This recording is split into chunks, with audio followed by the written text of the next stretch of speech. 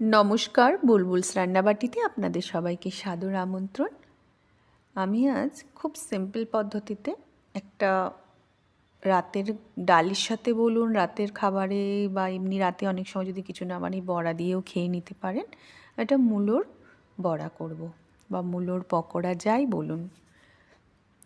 খুব ভালো লাগবে খেতে, একবার বানাবেন আপনারা। এটাই আপনাদের কাছে রিকোয়েস্ট রইল, একটু দেখে নেবেন আমি কি করে করছি। হয়তো খুবই সহজ পদ্ধতি বা খুবই সহজেই বানানো যাবে, হয়তো আপনারাও ভাবতে পারেন এ আবার কি একদম কঠিন কাজ, সে অবশ্য জানি, কিন্তু আমি নিজে বানিয়েছি বলে আপনাদের সাথে শেয়ার করলাম। আর সবার তো সব কিছু একই হয় না, আপনারা অন্যভাবে বানান, আমি অন্যভাবে বানিয়েছি। প্রথমে আমি একটা মূলো বাজার থেকে না আমি দুটো মূলো নিয়ে এসেছিলাম। আর জানেন তো মূলো এখন ভালোই আমি দেখছি উঠছে। আমি যেহেতু মানে যেখানে থাকি ওখানে অনেকটাই ঠান্ডা ঠান্ডা ভাব পড়ে গেছে, গরম এখানে খুবই কম, তাই মূলো মানে শীতের সবজি অনেক কিছুই পাওয়া যাচ্ছে। তাই জন্য মূলোটা নিয়ে দেখলাম বড় একটা মূলো দিয়েছে, ভাবলাম কি করব এত বড় মূলো, সেদিনকে মূলোটা এনেছিলাম, ভেবেছিলাম পালং শাক করব।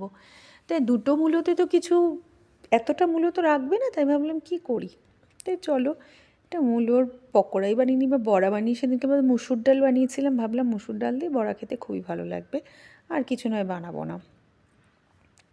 তাই মূলোটা প্রথমে ঘষে নেব। ঘষে কি করব, মূলোর থেকে যেই জলটা আছে না, জলটা ঝরিয়ে নেব, একটু চেপে মূলোর রসটা বার করে নেবেন, নাহলে অনেক জল জল হয়ে গেলে ভালো লাগবে না। তাই রেখে দিয়েছিলাম জল, কেন ওর ভেতরে তো সব ময়দা টয়দা দিয়ে মাখতে হবে, তাই জন্য রেখে দিয়েছিলাম। এরপর পেঁয়াজ, তারপরে মনে করি এটার মধ্যে না আমি একটু গাজরও দিয়েছিলাম, গাজর বলছি, একটু ধনেপাতাও দিয়েছিলাম। এইসব দিয়ে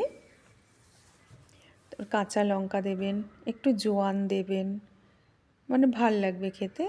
একটু চিনি দেবেন, চিনি অবশ্য করে দেবেন, কেন মূলোটা যেহেতু হয় না, মানে একটা মুখে একটা খাড় খাড় ভাব হয়ে যায় একটা, সেটা অবশ্য করেই চিনি দেবেন। চিনি দিলে কিন্তু টেস্টটা ভালো আসবে।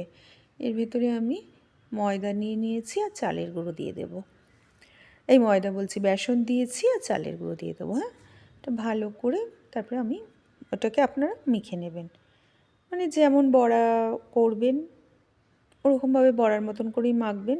কেন বেশি জল তো দেবেনই না, কেন মূলো পেঁয়াজ এসব থেকে জল যতই আপনি জল ছেঁকে না, আমি তো পুরো জলটা না করে নিইনি, চিপে নিইনি।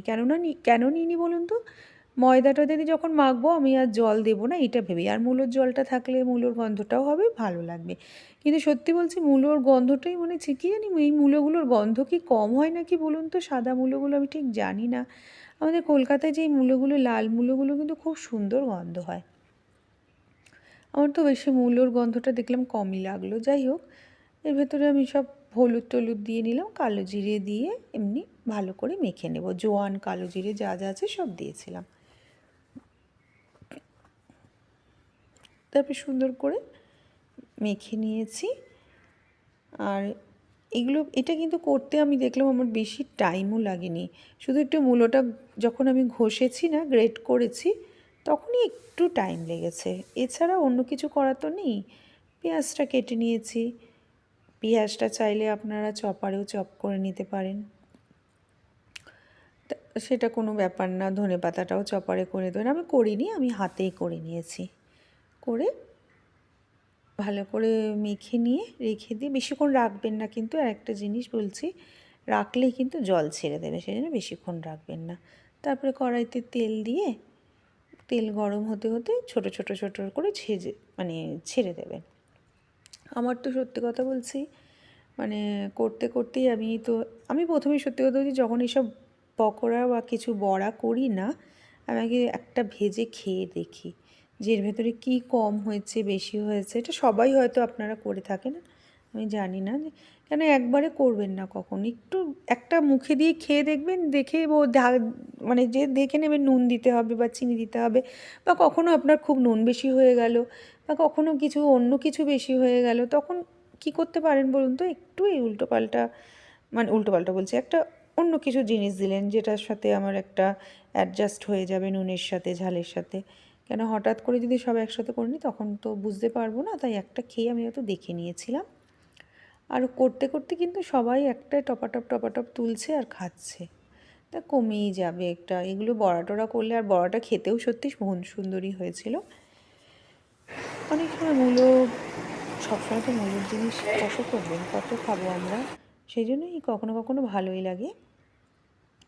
দেখুন না, আমি করেছিলাম, আমার তো বড়া, দেখুন বড়া তুলে তুলে খেয়েই নিয়েছে। আমি, আমার বাচ্চারা নিয়ে তুলে, ছেলে মেয়ে সবাই তুলে তুলে খেতে এসে লেগেছি। তারপর এরপরে বড়াগুলো ভাজলাম, ভেজে গরম গরম ডালের সাথে খেয়ে নিলাম। আর এখানেই ভাজতে ভাজতে বড়াগুলো হতেই আমি আপনাদের প্রথমেই বলে রাখি যে প্লিজ আমার চ্যানেলটাকে একটু সাবস্ক্রাইব করে দেবেন আর একটা করে কমেন্ট করে দেবেন। আপনাদের কিছু মনে হলে আপনারা বলতেও পারেন ওখানে। তাহলে চলুন, আজ আসছি, আবার দেখা হবে নতুন রেসিপি নিয়ে।